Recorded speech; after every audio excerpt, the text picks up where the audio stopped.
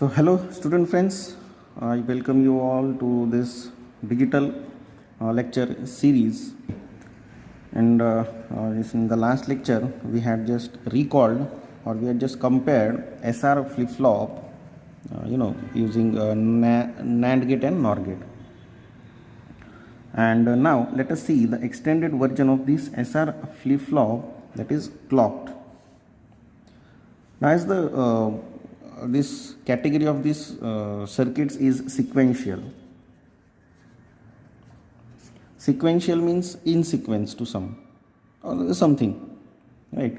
And that sequential directly takes us to this point of having this clock.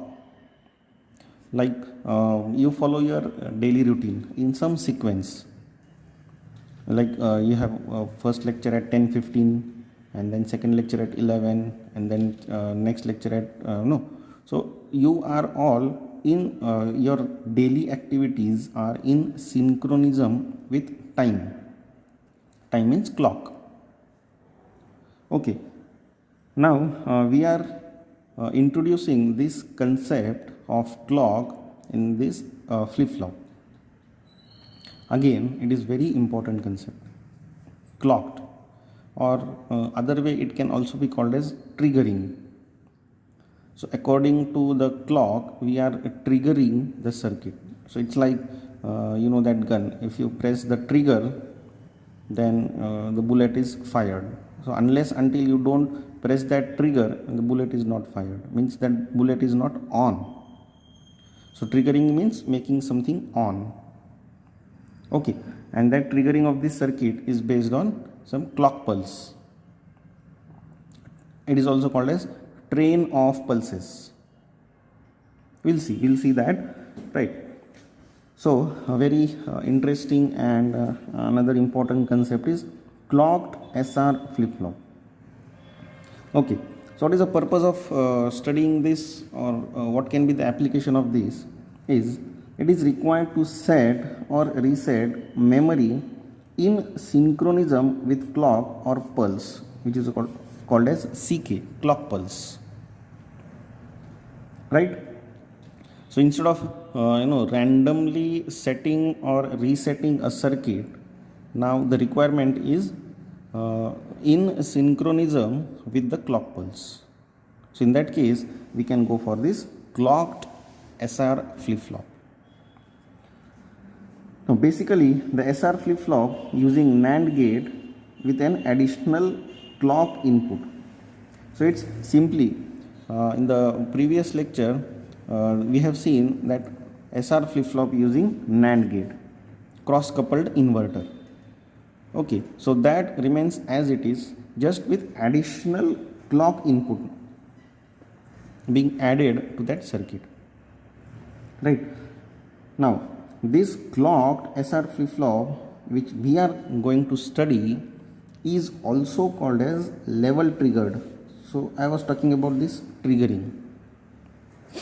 Now triggering can be level triggered and edge triggered. Again this can be positive, negative, this is also positive and this negative. Okay, so this triggering is altogether a different concept.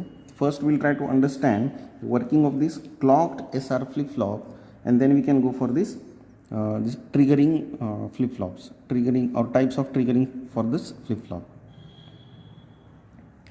All right.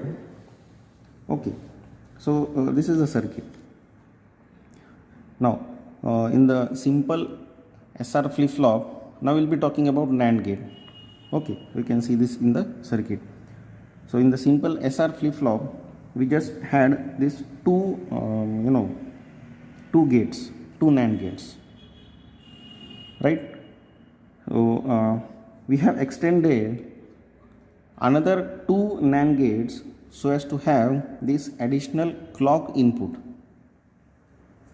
right? So we could have added here also, but there are some ICs, 74 series ICs of NAND gate which are having two inputs only. So maybe considering that case, we have extended this to another gates. Otherwise, you can see this circuit is the basic SR flip-flop circuit, remains as it is. And then we have this Q and Q bar. Okay, so you can see Q bar output is given as input to this gate number 4, and Q output is given to gate number 4, Q bar output is given to gate number 3, right? And then we have gate 1 and gate 2, where the inputs S and R are connected. I will be discussing this complete circuit with help of again truth table. Okay, so you can see I have drawn a truth table here, this truth table, this, right? So 0 0 0 1 1 0 1 1. So with help of these inputs, we will try to study this flip-flop, clocked SR flip-flop. Okay, and as I said, this is the train of pulses. So I have just shown 2, it can be as many as possible. Okay, so it can be simply this train of these pulses. Okay, so here this is called as high level or positive level, and this is called as low level or negative level. Okay, and we are triggering, we are making on this SR flip-flop at either this high level or low level. That is why it is called as level triggered SR flip-flop. Okay, so here we can consider high level, means if my clock pulse Ck, if it is equal to 1, then only, mark my words, then only your circuit will work. Okay, if my clock pulse is 0, right, if my clock pulse is 0, whatever inputs you provide for S and R, there is no change in the output. It's simply like this.